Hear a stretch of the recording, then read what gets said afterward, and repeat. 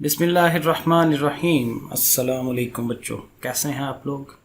Low ji, chapter 1 and हो रहा है और इसकी रिव्यू एक्सरसाइज रहती थी तो मैंने कहा चलो ये भी करवा दूँ। इसके जो स्मार्ट सिलेबस में क्वेश्चंस टिक हुए हैं वो हम कर लें। छोटी सी ज़्यादा वीडियो बननी है क्योंकि इसमें MCQs हैं और 1-2 सवाल है बस, तो कर लेते हैं। और वैसे भी ये इंपॉर्टेंट होती है क्योंकि इसमें से MCQ आ रहे हैं, शॉर्ट सवाल भी इसमें से ही आ जाता है पेपर में, तो ये इंपॉर्टेंट है, इसको ज़रूर करें।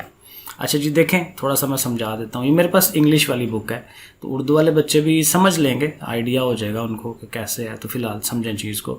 अच्छा जी, पहला MCQ क्या कहता है, the order of a matrix 2 1 is, यानी कि जो 2 1 एक कॉलम उसने दिया है तो इसका मैट्रिक्स का ऑर्डर क्या होगा, यानी कि मर्तबा क्या होगा। सिंपल बात है, हमने उसको गिन लेना है। ऐसे देखें ये रो बन रही है तो एक रो है और 2 कॉलम है, तो फिर क्या होगा 1/2 होना चाहिए। तो ये देखें 1/2 वाला जो है इसको हम टिक कर देंगे तो B वाला पोर्शन सही हो जाएगा इसका। अगला देखें जी, तो ये एक मैट्रिक्स बना हुआ है, कॉलम बना हुआ है, तो कहता है कि ये कौन से वाला है, 0 वाला। 0 में तो सारे 0 होते हैं, ये नहीं है।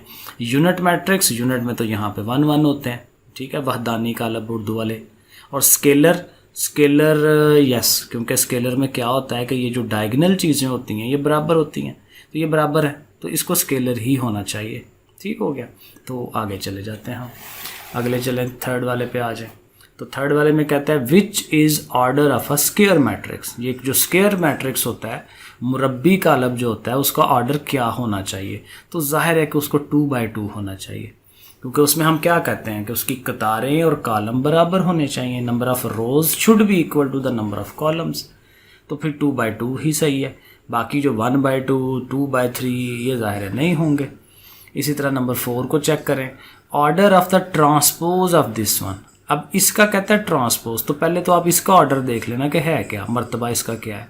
तो इसमें देखें 3 रोज हैं और 2 कॉलम्स हैं, तो आप इसको लिख रहे होंगे 3/2, सही है। अब 3/2 है तो जो कि ट्रांसपोज लेना है तो इसने उल्ट हो जाना है, 2 इधर आ जाना है और बाय बीच में ही और 3 उधर चला जाना है, तो 2/3। तो वो फिर हम ऐसे करके ये वाला B वाला टिक कर देंगे, सही है।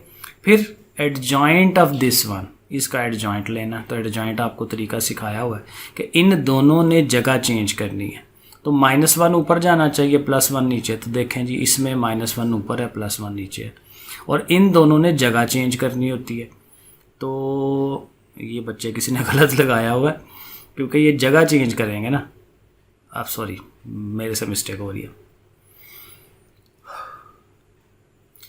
तो नंबर 5 है जी एडजॉइंट ऑफ दिस वन, तो इसका हमें एडजॉइंट लेना है। एडजॉइंट आपने सीखा हुआ है कि इन दोनों ने जगह चेंज करनी है, तो देखें इसमें -1 उधर जाना है, 1 इधर आना है, तो -1 वहाँ चला गया, 1 नीचे आ गया। और इन दोनों की अलामतें, साइन चेंज होते हैं। तो 0 का तो कोई साइन नहीं होता, वो वैसे ही रहेगा। 2 का जो है वो -2 हो जाना है, तो ये A वाला बिल्कुल परफेक्ट है, सही है। आगे चले, नंबर 4 वाले में क्या कह रहा है जी, product of this and this, इन दोनों का प्रोडक्ट, यानी इन दोनों को ज़रब देने से क्या आता है।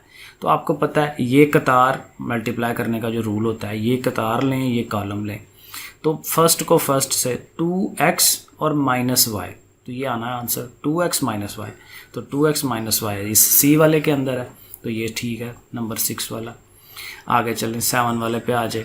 कहता है कि ये एक मैट्रिक्स है और उसका जो है ये डिटर्मिनेंट जो है वो 0 के इक्वल है, तो फिर वहाँ से x वैल्यू निकाले। ये शॉर्ट सवाल में भी आती है ये चीज़, और ये बड़ा इजी है। आपने इसका डिटर्मिनेंट लेने का जो तरीका है, 2x, यहाँ पे साइड पे मैं लिख देता हूँ, 2x माइनस बीच में लिखेंगे, 6 3 18 इक्वल टू 0। अब सॉल्व करवाएं, 18 को उधर ले जाएं, 2x = 18 और 2 इधर जाकर डिवाइड कराएगा तो 9 आ जाएगा। तो फिर 9 किधर है, ये A वाला पार्ट 9 है। नंबर 8 पे चले। नंबर 8 में कहता है इफ़ x प्लस ये वाला मैट्रिक्स इक्वल टू ये वाला, देन x किसके इक्वल होगा। तो आपको पता है, जैसे एक इक्वेशन को सॉल्व करवाते हैं मसावात को, कि ये मैट्रिक्स ये कॉलम उठा के उधर ले जाएं, जब इसने उस साइड पे जाना है तो माइनस में हो जाना है, यानी ये मैट्रिक्स माइनस ये मैट्रिक्स, या ये कह लें कि इनके साइन चेंज हो जाने हैं। और ये मत देखें ज़ुबानी आपको, क्योंकि ये सारे पॉजिटिव हो जाएंगे ना। तो 1 और 1 2, ये कौन सा टिक किया हुआ है, ये देखें 2 आता है।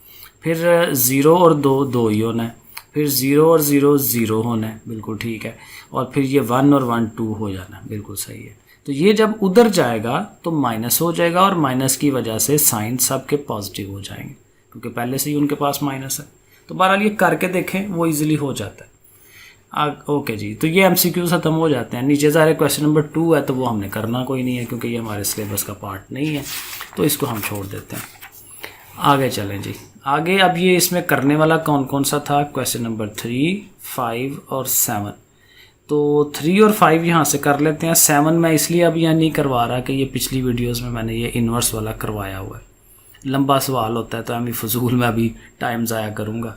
तो ये पीछे आई थिंक 1.5 में है कि 1.5 में आई थिंक ये वाला सवाल, तो आप ये वहाँ से कर लें। ये जो क्वेश्चन नंबर 3 और 4 है ये बहुत इंपॉर्टेंट सवाल है और ये मैं आपको अभी दिखा देता हूँ कैसे करना है। ओके, ये मैंने किया हुआ है, ईजी है काम। तो ये देखें, ये है जी हमारे पास रिव्यू एक्सरसाइज का क्वेश्चन नंबर 3। उसने क्या कहा हुआ है कि ये मैट्रिक्स इक्वल है इस मैट्रिक्स के। तो जब इक्वल है तो फिर क्या होगा कि पहला एलिमेंट है a+3, वो किसके इक्वल होगा, -3 के। तो देखें हम लिख रहे हैं a+3 = -3।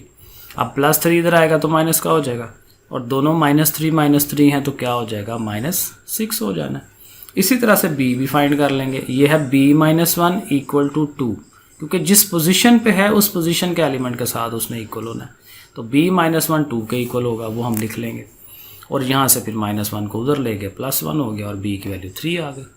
इतना सा काम है। तो a और b की वैल्यू निकालनी है। और क्वेश्चन नंबर 5 में उसने क्या कहा हुआ है, और इसी तरह का मैं MCQ में भी सवाल छोड़ के आया हूँ, तो आप यहीं से समझ लें क्योंकि वो भी यही चीज़ है कि x के साथ ये चीज़ प्लस हो रही है और ये इधर है। तो हमने चूँकि x फाइंड करना तो ये पूरी उठेगी, उधर जाएगी तो माइनस की हो जाएगी। तो देखें उधर आके माइनस का सिंबल आ गया। अब इनको माइनस करवाना है।